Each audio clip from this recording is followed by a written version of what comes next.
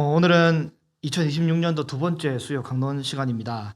수요 강론 시간에는 세계관에 대해서 지금 다루고 있습니다. 이 특세를 지나고 일주일이 정도 지났는데요. 이제 일상에서 서서히 적응을 해가고 계시잖아요. 옆에 계신 분에게 이렇게 한번 인사했으면 좋겠습니다. 오늘도 수고 많으셨습니다. 네, 다시 한번 인사하실 때 하나님이 삶의 기준입니다. 아멘. 네, 우리 창세기로 큐티를 시작했고요. 창세기로 통독을 시작했고 내일이 창세기 통독 마지막 날이잖아요. 혹시 아직까지 창세기 마무리를 내일까지 하기 힘드신 분은 이제 어쨌든 따라오셔야 됩니다. 일단은 출애굽기부터라도 쭉 따라오시고요. 언제 뭘 해서라도 창세기를 마무리를 몰아서라도 하셔야 됩니다. 안 그러면 1년 지나고 우리가 혼돈되고 공허했다라고 싶은 그런 2026년을 마감하게 되는 거예요. 성경 일독도 못하고 마감하면 혼란스럽고 공허한 삶이 됩니다. 그러니까 어찌되었건 말씀을 중심으로 질서로 살아가는 게 제일 좋습니다. 네.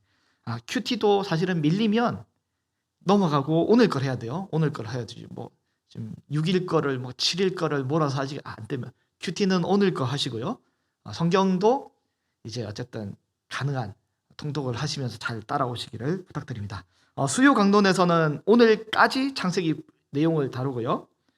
이제 오늘은 창세기 3장에서 하나님과의 관계의 파괴 이 부분에 대해서 다루는데요. 오늘 말씀의 제목이 뭐냐면 의사결정의 주체라는 제목으로 말씀을 함께 나눕니다.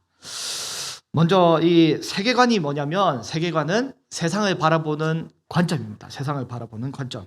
우리가 죽어서 유체 이탈을 하기 전까지는 우리의 눈으로 보는 것을 본단 말이죠. 혹시 잠시 유체 이탈을 하신 분이 계신지 모르겠지만 유체 이탈을 하신 분이 이제 체험하시는 분은 이제 뭐라고 하냐면 내 몸이 이제 떠가지고 밑에 나게 보인다 뭐 이렇게 얘기도 하더라고요. 이게 맞는지 안 맞는지는 실제 우리가 유체 이탈을 해봐야 알겠지만 모르죠. 그러나 어쨌든 그런 현상을 겪기 전까지 우리는 내가 가진 육체의 두 눈으로 세상을 봅니다. 그래서 이 안경을 껴서 도수가 맞으면 잘 보이고 또 태어날 때부터 가진 그 눈을 잘 관리하면 또 잘 보이는데 안경을 안 끼면 또 눈이 나빠지면 안 보이잖아요. 세상은 내가 살아가기 때문에 어쨌든 내가 내 중심으로 세상을 봅니다. 이게 사실은 세상을 보는 첫 모습이잖아요. 그래서 어린아이 시절이 되면 자기 중심적인 모습으로 시야로 세상을 본단 말이죠. 그래서 나는 이거 먹고 싶다, 이거 하고 싶다. 그게 다예요. 그리고 그거 이상의 어떤 바깥의 세상에 대해서 볼 줄 모르는 게 모습이잖아요. 사실은 남자들이 때때로 이런 경우가 있단 말이죠. 저만 그런가요? 어쨌든 이런 경우가 있는데 또 나이가 많이 또 들다 보면 이 어린아이 시절로 회귀하시는 어르신들도 제가 때때로 많이 보게 됩니다. 그러다가 조금 좀 성숙하게 되면 어떡하냐면 타인을 배려하는 사회적인 기술을 이제 배우게 되잖아요. 조금 더 어른이 되면 상대를 배려하는 모습을 학습하고 또 경험하고 알게 됩니다. 그러면서 이제 그걸 잘하는 사람이 매너 있는 사람이고 사회에서는 훌륭한 사람이라고 불리잖아요. 여러분 근데 그리스도인이라면 그리스도인은 여기 매너 있는 사람, 훌륭한 사람을 넘어서 조금 다른 시야를 가지게 됩니다. 이 성경적 세계관, 기독교적 세계관, 성경의 안경을 낀 사람이 이제 그리스도인의 모습이 되는 거죠.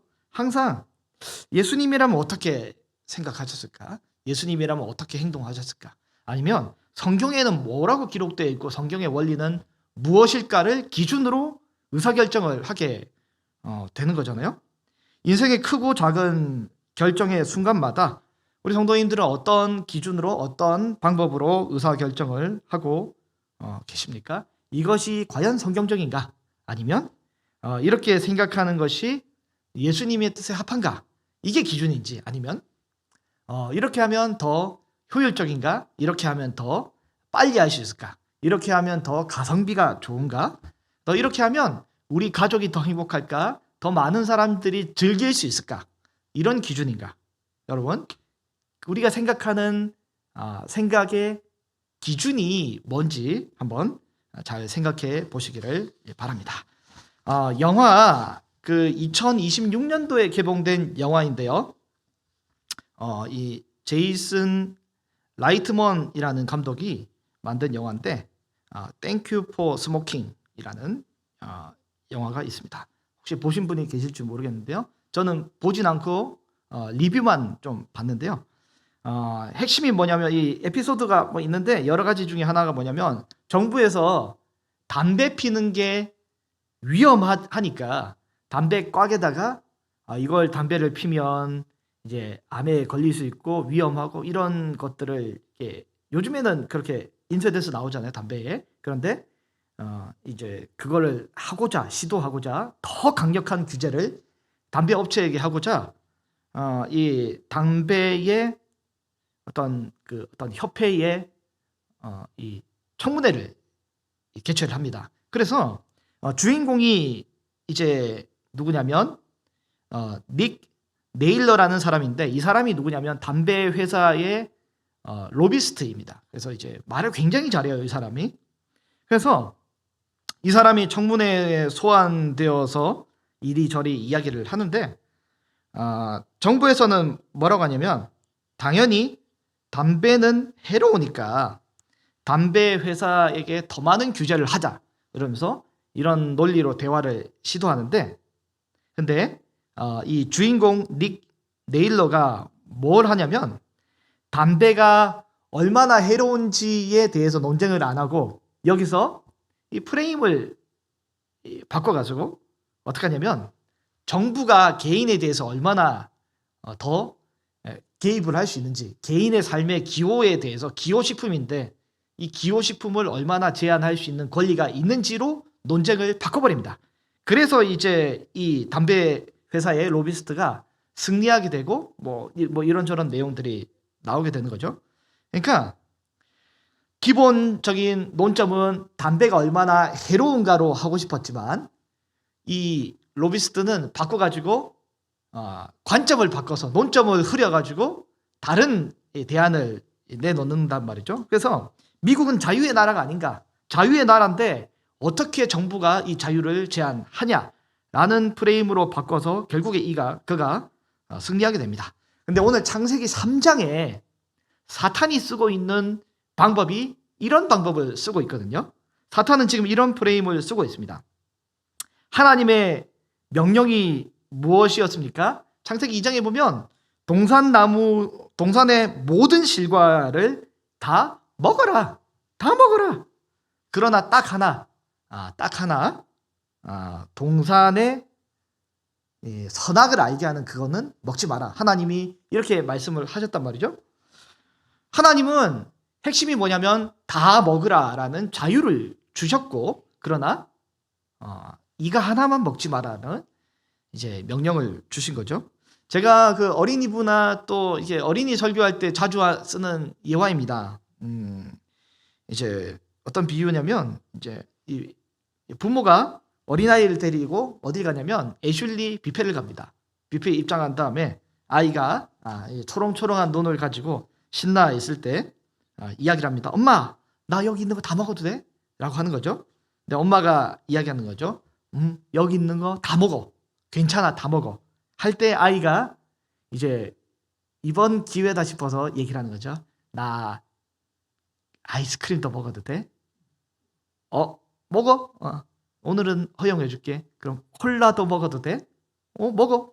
그럼 젤리도 먹어도 돼? 이렇게 진짜 아이가 원하는 걸 다 이제 허용을 해준 거죠. 엄마가 평소는 모르겠는데 오늘은 딱 봐줄게. 다 먹어. 여기 있는 거 다 먹어. 저기 있는 맥주랑 와인 빼고는 너 다 먹어도 돼. 우리가 먹는 게 아니야, 그거는. 그러니까 다 먹어도 돼. 10분 뒤에 아이가 그 맥주 한 잔, 와인을 한 잔 마시다가 발각이 되었습니다. 여러분 어떻게 처리하면 좋겠습니까? 여러분 이게 바로 창세기 3장의 사건의 핵심입니다. 하나님께서 우리에게 주신 은혜가 이와 같습니다. 무한한 은혜, 제한을 두지 않고 하나님이 뭐든지 다 먹을 수 있도록 허용한 정확하게 하나님이 그 은혜를 허락하시되 바운더리를 두시죠. 딱 하나, 맥주와 와인처럼 딱 제한을 두는데, 이거는 먹어서 되고 안 되고의 문제가 아니라 먹으면 죽는 문제. 콜라 사이다처럼 초콜릿이나 젤리나 아이스크림처럼 유익하진 않지만 이것을 허용해 줄 수는 있는 영역이 있고, 그러나 아이로서는, 그리고 또 그리스도인으로서는 제한이 되는 맥주와 와인, 선을 넘는 그 영역이 있단 말이죠. 그 많은 은혜의 넉넉함, 이 뷔페 가가지고 기분이 좋아가지고 이것저것 다 먹어도 되는 그 놀라운 은혜의 시간들을 버려두고 굳이 하지 말라는 그거 하나만 아주 열심을 내서 집착하면서 그거를 먹고 마는 이 죄인의 모습과 기질이 바로 우리의 모습인 거죠. 그 많은 은혜의 넉넉함을 두고 왜 굳이 그거를 마셔서 선을 넘어가게 되는지. 여러분, 사탄의 질문이 뭐냐면 이 창세기 3장 이 1절에 보면 이렇게 되어 있어요. 사단이 뱀이 여자에게 물어 이르되 하나님이 참으로 너희에게 동산 모든 나무의 열매를 먹지 말라 하시더냐. 정답이 뭡니까? 다 먹어도 되지만 선악을 알게 하는 나무를 먹는 그 순간 죽는 거죠. 완벽하게 죽는 것입니다. 그러나 하와가 대답을 어떻게 합니까? 이 3절에 보면 동산 안에 있는 나무들은 먹을 수 있는데 모두라는 단어가 빠져 있어요. 모두 다 먹을 수 있다고 하나님이 허용해 주고 하나만 안 된다 했는데 모두라는 단어가 빠져 있습니다. 그러나 한 가운데 있는 나무 열매를 먹지도 말고 만지지도 말라라고 한단 말이죠. 하나님이 선악을 알게 하는 나무라고 말씀해 주셨는데 아담과 하와가 집착을 했나 봐요. 선악을 알게 하는 나무의 위치를 정확하게 알고 있습니다. 어떻게 찾아냈는지 동산 중앙에 있는 그 나무로 알고 선악을 알게 하는 나무라는 수식어를 빼버리고 그냥 나무 열매라고 지금 바꿔버린단 말이죠. 그리고 먹으면 반드시 죽는다라고 했는데 이제 먹지도 말고 만지지도 말라라는 이제 수식어를 넣게 됩니다. 어떤 자신의 생각을 여기에다 더 묵상해서 가미하게 된 거죠. 그런데 또 뭐라고 합니까? 이 너희가 그걸 먹으면 죽을까 하노라라고 일말의 어떤 빈틈을 보이기 시작합니다. 원어에 보면 창세기 2장 17절에 뭐라고 돼 있냐면 먹으면 정령 죽으리라고 했는데 이제 원어에는 뭐라고 돼 있냐면 먹으면 죽고 죽으리라고 이제 강조해서 명확하게 선을 긋습니다. 먹으면 죽고 그 다음에 안 죽을 수 있다가 아니라 먹으면 죽고 죽는다라고 선을 명확하게 긋는 거죠. 그러나 하와는 이미 여기 말려들었습니다. 이미 이제 말려들었는데 사단이 확신 있게 4절에 공격을 하잖아요. 뭐라고 공격합니까? 같이 읽어볼까요? 뱀이 여자에게 이르되 너희가 결코 죽지 아니하리라. 여기에 뭐라고 돼 있냐면 원문에는 너희가 죽고 죽으리라는 하나님 말씀을 그대로 가져오는데 거기 앞에다가 이 부정어를 붙입니다. 결코 죽으리라라는 단어 앞에 안 죽는다라고 여기 원문에는 뭐라고 돼 있냐면 반대인 부정사를 넣고 부정어를 넣고 죽고 죽는다라고 하는 거죠. 다시 말해서 뱀이 여자에게 말하는 것은 너희는 절대로 안 죽고 안 죽는다라고 지금 명확하게 이제 아예 하나님의 말씀에 확신 있는 반대 공격을 하게 됩니다. 그러면서 한 대 맞은 듯이 헷갈리고 있는 여자에게 5절에 드디어 사단이 프레임을 전환시키는데 어떻게 프레임을 전환을 시킵니까? 이 5절을 한번 읽어보겠습니다. 너희가 그것을 먹는 날에는 너희 눈이 밝아져. 네. 프레임을 어떻게 바꾸냐면 이게 먹고 안 먹고의 어떤 단순한 선택의 문제가 아니라 이거를 먹게 안 먹게 되는 원인이 있는데 하나님이 안 먹게 만든 이유가 있는데 먹는 그 순간 어떻게 되냐면 너희 눈이 전에는 없었는데 이제는 밝아져서 하나님과 같이 이 격상이 되어서 선악을 이제부터 알 줄을 하나님이 아시기 때문에 이 신비스러운 실과를 먹으면 너희가 하나님처럼 될 건데 이 신비스러운 실과를 하나님이 그래서 동산에 숨겨두고 먹지 말라고 하셔서 이 신비스러운 실과를 먹는 그 순간에 너는 선악을 알게 하는 주체가 되어서 스스로 하나님처럼 생각하게 되는 그런 것이 만들어지게 되니까 하나님이 그걸 싫어해. 너는 네 인생의 주인은 넌데 왜 하나님의 시킨 대로 하나님이 원하시는 대로 그렇게 행동하냐. 똑바로 생각하고 머리를 쓰고 너의 의사결정을 명확하게 스스로 하는 그런 사람이 되라라고 이제 뱀이 꼬드기기 시작합니다. 그래서 이 하와가 넘어가게 되고 이제 아담에게 얘기하는 거죠. 여보, 우리가 지금까지 속았어. 우리가 스스로 당신이 가장이잖아. 스스로 의사결정을 해야지. 왜 성경에서 왜 하나님이 왜 교회에서 결정하는 대로 우리가 따라야 해? 이건 아닌 것 같아. 여보, 우리 정신을 바짝 차립시다. 라고 하여 같이 선과 악을 알게 하는 나무를 먹고 결국에 영원한 어둠의 첫걸음을 내밀게 되었잖아요. 여러분, 여기서 의사결정의 주체가 변화가 되게 됩니다. 의사를 결정하는 주체가 원래는 하나님의 말씀을 기반으로 하나님의 언약을 기반으로 생각하고 행동을 했다면 지금부터는 내가 하겠다. 의사결정의 주체가 하나님이었다면 이제는 내가 하겠다로 이 순간부터 바뀌기 시작합니다.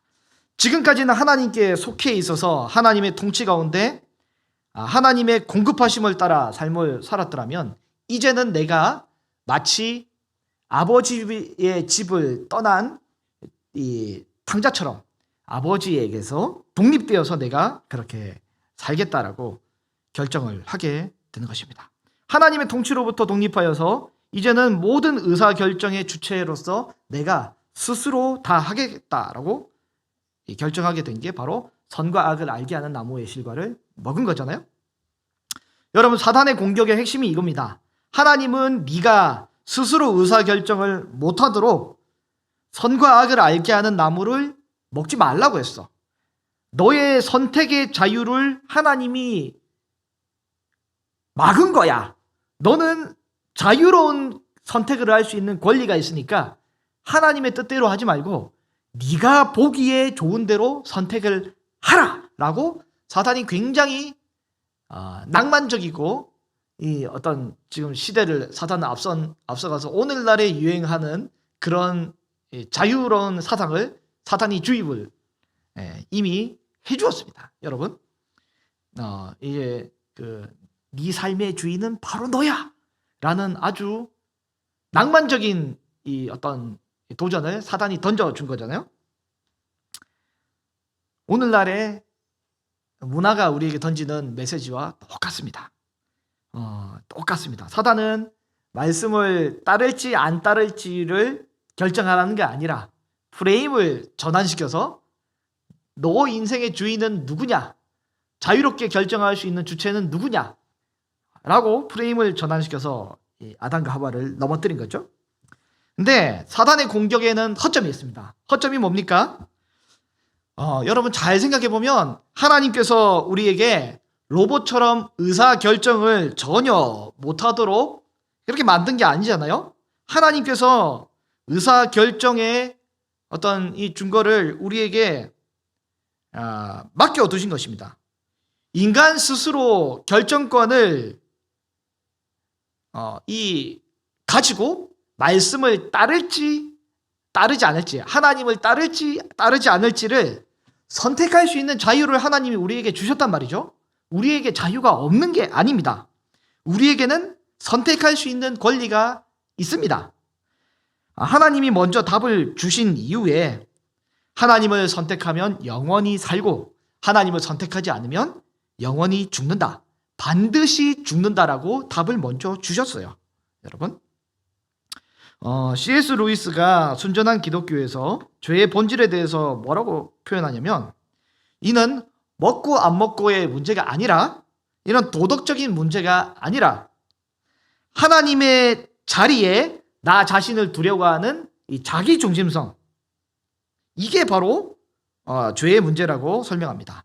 하나님의 자리에 내가 앉아서 스스로 왕이 되고 싶어하는 그 반역, 이게 바로 이 자기 중심성인 거죠. 여러분, 하나님의 백성은 하나님 안에 거해야지만 삶을 살지, 하나님 밖에 나가면 죽는 것입니다. 여러분, 우리 교회 차량이 그 카니발 흰색 9416 우리 교회 차량이잖아요. 여러분, 이 차량은 경유로 충전해야 차가 움직이고 달리기 시작한단 말이죠. 근데 휘발유로 충전할 만한 자유가 우리에게 있습니다. 자유가 있단 말이죠. 그러나 반드시 우리는 뭘 해야 되냐면 경유만 넣어야 됩니다. 여러분, 경유로 충전해야 되는데 휘발유를 만약에 넣게 된다면 그런 자유가 우리에게 있단 말이죠. 그럼 뒷감당을 우리가 어떻게 하냐면 그 자유에 대한 책임을 감당해야 되는 것입니다. 여러분 우리에게 그런 책임을 감당해야 되는 거죠. 여러분, 음주 운전할 만한 자유가 우리에게 있지만, 음주 운전하고 역주행을 할 자유가 우리에게 있지만 그 이후에 벌어지는 파장은 우리가 감당해야 되는 거잖아요. 여러분, 우리에게는 이것저것을 선택할 만한 자유를 하나님이 주셨습니다. 그러나 말씀의 원리대로 삶을 살아가게 되면 생명이 있지만, 말씀의 원리를 벗어나서 의사결정을 하게 되면 우리는 이 파괴, 이 역창조의 작업이 있게 돼서 공허함과 그리고 허전함이 우리에게 다가오게 됩니다. 여러분, 그렇기 때문에 우리는 말씀 안에 거하게 될 때 그것이 가장 복된 삶이 되는 것입니다. 창세기를 우리가 보면서 어땠습니까? 하나님이 처음 창조하실 때 보시기에 좋게, 하나님 보시기에 좋게 창조를 하셨습니다. 그래서 우리는 그 기준에 맞춰서 삶을 살아가게 되는 것입니다. 하나님이 빛을 기반으로 해서 이 질서를 잡으시고 빛을 기반으로 해서 생명으로 충만하게 만들어 주셨기 때문에 그 안에 거하게 될 때 성도는 가장 복되게 되는 것이죠. 그러나 아담과 하와는 어땠습니까? 내가 보기에 좋은 것, 보암직, 먹음직한 것을 선택하여서 결국에는 죄가 세상에 들어오게 되고 탐욕을 기반으로 하여서 혼돈과 공허함이 삶으로 몰려오게 되었습니다. 창세기 6장에서는 어땠습니까? 하나님의 아들들이 사람의 딸들과 결혼을 했잖아요. 이 부모로부터 내려오는 하나님의 언약을 기반으로 부모의 시선보다, 하나님의 언약의 시선보다 내가 보기에 더 예쁜 여자, 더 잘생긴 남자, 이것을 선택하게 되었잖아요. 그렇기 때문에 어떻게 됐습니까? 결국 이 혼돈과 공허함 속에 죄가 관영하게 되고, 우리 창세기 말씀 외웠던 6장 5절과 6절에 보면 이렇게 되어 있습니다. 5절을 한번 같이 읽어볼까요? 여호와께서 사람의 죄악이 세상에 가득함과 그의 마음으로 생각하는 모든 계획이 항상 악할 뿐임을 보시고, 세상에 죄악이 가득했고 항상 모든 것 계획이 악한 것밖에 없는 모습을 보고 6절에 우리 하나님이 사람을 지으셨음을 한탄하고 마음에 근심하게 되신 거잖아요.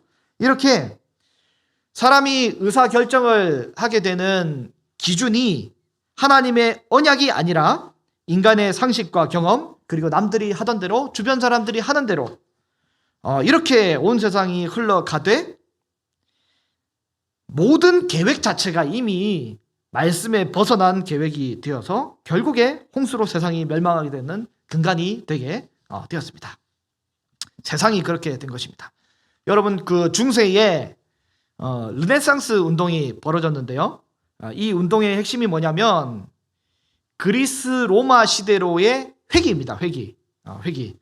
여러분, 그 원래는 이제 소크라테스 이전에는 철학이 어땠냐면 우주에 대한 연구를 했습니다. 그래서 이 우주가 어떻게 생겼을까?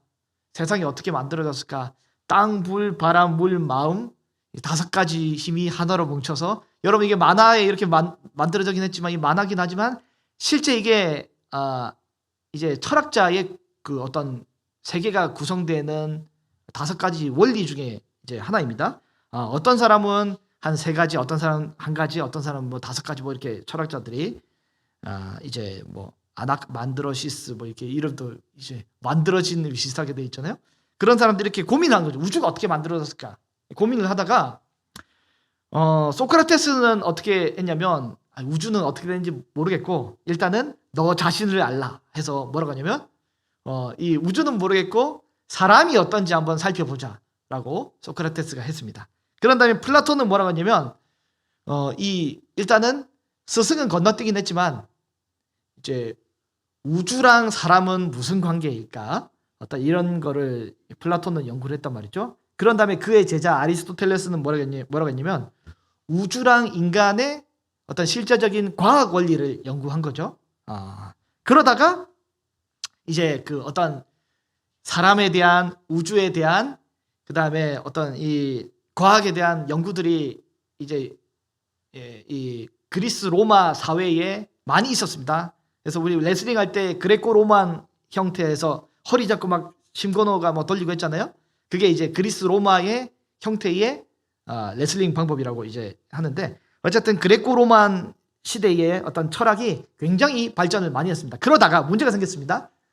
뭐냐면 이슬람은 이 그리스 로마의 철학을 기반으로 해서 아리스토텔레스 철학을 기반해서 굉장히 과학이 많이 발전하고 이 여러 가지 철학도 많이 발전하고 성장을 했는데 그런데 서양의 서구 사회는 어떻게 되냐면 서구 로마 사회는 어떻게 됐냐면 바울이 전한 복음을 듣고 어떻게 했냐면 이 성경의 원리가 이제 장악한 거죠. 로마 사회에 기독교가 국교로 되면서 여러 가지 우주는 어떻게 생겼을까 할 때 창세기 1장 읽어봐. 더 이상 말하지 마. 이제 그리고 사람은 어떤가 싶으면 사람은 하나님 형상이지. 그리고 죄를 지었어. 더 이상 말하지 마. 그리고 사회는 어떻게 되었을까? 흩어져 사는 거지. 뭐 더 이상 말하지 마. 이렇게 아주 극단적으로 표현하자면 유럽 사회가 발전하고 성장을 해야 되는데 이슬람과 달리 이제 어떻게 하냐면 모든 것을 신앙으로만 설명하려는 시도가 있었습니다. 그래서 천동설도 무시하고 천동설을 주장하면서 지동설을 무시하는 거죠. 그래서 그 이제 코페르니쿠스가 이제 그 지구는 가만히 이게 그 뭐지? 우주가 도는 게 아니라 지구가 도는 거야. 태양이 도는 게 아니라 지구가 도는 거라 했다가 종교 재판을 받게 되잖아요. 그래서 이제 과학이 무시가 되게 됩니다. 그래서 아직까지 미국의 일부 세력들은 어떻게 하냐면 아직까지 지구가 평평하다라고 생각하는 사람들이 아직까지 있습니다. 그리고 우주에 나가서 찍은 사진은 다 사기다, 조작이다 이렇게 주장하는 사람들도 아직 있단 말이죠. 유럽 사회에서 학문이 무시가 되고 종교 권력이 장악하기 시작하고 종교 권력으로만 모든 것이 해석되면서 어떻게 되면 모든 사회 그다음에 뭐 정치 모든 이 해석의 주체가 누가 되냐면 교황과 사제들이 되기 시작합니다. 그러면서 그들이 성경도 해석을 일반 평신도들이 못하도록 막게 되고 마음대로 온 세상을 다스리게 되는 이 중세의 이 천년의 시기를 우리는 일반 사회도 그렇고 기독교도 그렇고 중세 천년의 암흑기라고 부릅니다. 이때 성경의 해석이 더 이상 발전하지 않고 이제 이 교황을 비롯한 일부 사제들만 성경을 이제 가지고 있대. 자기들도 해석하지 못하는 그런 시대에 이 마틴 루터가 자국어로 성경을 번역하면서 이제 어떻게 되냐면 성경이 평신도들에게 전해지게 되잖아요. 일반 세속 사회에서는 종교개혁이 일어나기 한 100년 전부터 뭐라냐면 이제는 이 계몽주의 운동이 벌어지면서 더 이상 무식한 이 교회에서 하는 말만 듣지 말고 이제는 과학을 믿어 라고 하면서 그리스 로마로 되돌아가자라고 이제 하는 이 르네상스 운동이 벌어지기 시작했습니다. 이게 그 중세 유럽의 흐름이고요. 이때 교회 내에서는 어떤 흐름이 있었냐면 이 천주교에서는 아니야 우리 교회의 전통을 따르라라고 했고 개신교에서는 어떻게 했냐면 교회의 전통보다 원래로 되돌아가서 바울이 전했던 원래의 복음은 뭐냐? 바울이 우리에게 알려줬던 예수님이 전했던 성경 원문이 뭔가 우리가 그것을 깨닫고 이해하자라고 하면서 종교 개혁이 이렇게요 이제 일어나게 된 거죠. 그래서 일반 사회에서는 인문주의로 되돌아가고 사람 중심으로, 기독교 안에서는 성경 중심으로 되돌아가자라는 운동이 벌어지게 되었습니다. 그래서 중세가 막을 내렸단 말이죠. 여러분 이렇게 해석의 주체가 이제는 그 시대 이후로 그 교회와 종교가 아닌 각 개인에게 갔습니다. 그런 다음에 두 가지의 해석의 어떤 주체가 생긴 거죠. 한 명은 일반 사람들은 어떻게 하냐면 내가 주인이니까 내가 이 교회에서 하던 전통에 속지 말고 스스로 판단하고 신은 없다. 내 스스로 모든 것을 판단하자라고 돌아갔던 사람이 있고 개신교에서는 어떻게 하냐면 교회의 전통도 참 중요하고 많은 것들이 중요하지만 제일 중요한 것은 기록된 성경 말씀. 오늘 우리에게 주시는 하나님의 이 기록된 성경 말씀을 다른 그 누구가 해석한 것을 증거를 해서 무조건 믿는 것이 아니라 이 성경 말씀이 그런가 아니한가 이것을 어떤 스스로 해석할 수 있는 권한들을 이제 모든 사람들에게 펼쳐주자라는 게 종교개혁의 정신이었습니다.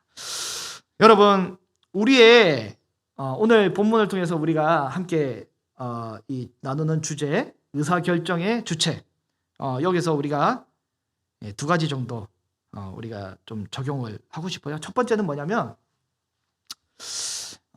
모든 의사결정의 주체가 일반인처럼 우리는 자연인 스스로가 하지 않기를 바랍니다.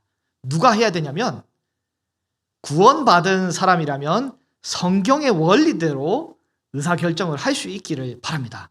근데 중요한 순간에 보면 긴박한 순간, 다급한 순간에 보면 남들 따라서 일반인들이 하던 방식대로 똑같이 하는 모습을 많이 보게 된단 말이죠. 여러분 우리는 그러지 마시길 바랍니다. 중요한 순간이 뭡니까? 간단합니다. 호적에 변화가 생기는 순간, 여러분 그리고 큰 목돈이 들어가는 순간, 자녀의 문제, 어쨌든 이렇게 굵직굵직한 문제 가운데 이상하게 평소에는 성경의 원리대로 하다가 굉장히 중요한 의사결정이 들어갈 때는 성경적이지 않은 방법을 쓰는 경우를 많이 보게 됩니다. 그러면 어떻게 되면 홍수 때 멸망한 사람들과 똑같은 방식으로 의사결정하고 결국에 멸망의 길로 가게 되는 거예요. 그러나 우리는 믿음으로 의사결정을 할 수 있는 귀한 성도 여러분 될 수 있기를 바랍니다. 두 번째인데요. 뭐냐면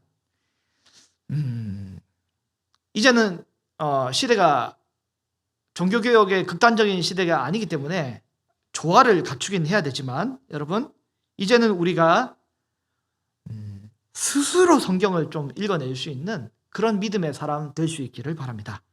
여러분 마틴 루터가 종교개혁을 하기 전까지는 어떻게 했냐면 문맹이 많았습니다. 스스로 글을 읽지 못했단 말이죠. 그리고 종교개혁 이후로는 모든 사람이 글을 읽을 수 있는 방향으로 바뀌게 됩니다.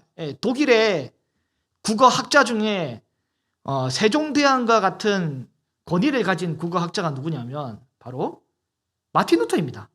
루터가 이 독일 방언과 독일어로 기반으로 해서 라틴어 성경을 독일 성경으로 번역한 게 거의 독일 최초의 어떤 기틀이 된단 말이죠. 그렇게 번역을 하고 이제는 금속 활자가 발명되면서 모든 사람이 책을 다 읽을 수 있는 시대가 오게 됐는데 이제는 스스로 글을 읽을 수 있는 시대란 말이죠. 여러분 스스로 글을 읽을 수 없던 시대의 특징이 뭐냐면 모세와 같이 많이 배우신 고매하신 그분께서 전해주는 말을 모든 사람이 다 듣고 아멘하고 따라가야 됩니다. 그게 어쩔 수 없는 원리입니다. 그러나 모든 사람이 다 글을 읽을 수 있고 모든 사람이 얼추 학문을 배우고 요즘에는 또 우리 대한민국도 고등학교까지는 의무교육이에요. 그리고 대학도 얼추 많이 가는 이런 시대가 왔더라면 이제는 스스로 글을 읽을 수 있고 해독해낼 수 있고 심지어 목회자라는 이 직업을 가진 그런 사람들보다 더 깊이 고등학문을 연구할 수 있는 사람들이 많이 발생하는 이런 시대가 왔단 말이죠. 이런 시대가 오게 되면 우리는 어떻게 되냐면 내가 할 수 있는 역량만큼 성경을 읽어내야 됩니다. 이게 종교개혁의 방향입니다. 모든 사람이 스스로 성경을 읽고 소위 성직자만 해석하는 것을 넘어서 이제는 소위 평신도라 불리었던 사람들도 모두 다 성경을 해석하고 읽을 수 있게끔 만들어주는 게 사실은 제일 성경적인 원리라는 말이죠. 여러분 제가 제일 이제 싫어하는 목회가 뭐냐면 여러분들 이제 또 옛날 방식에 또 안 좋은 목사님들이 이런 방식을 많이 했어요.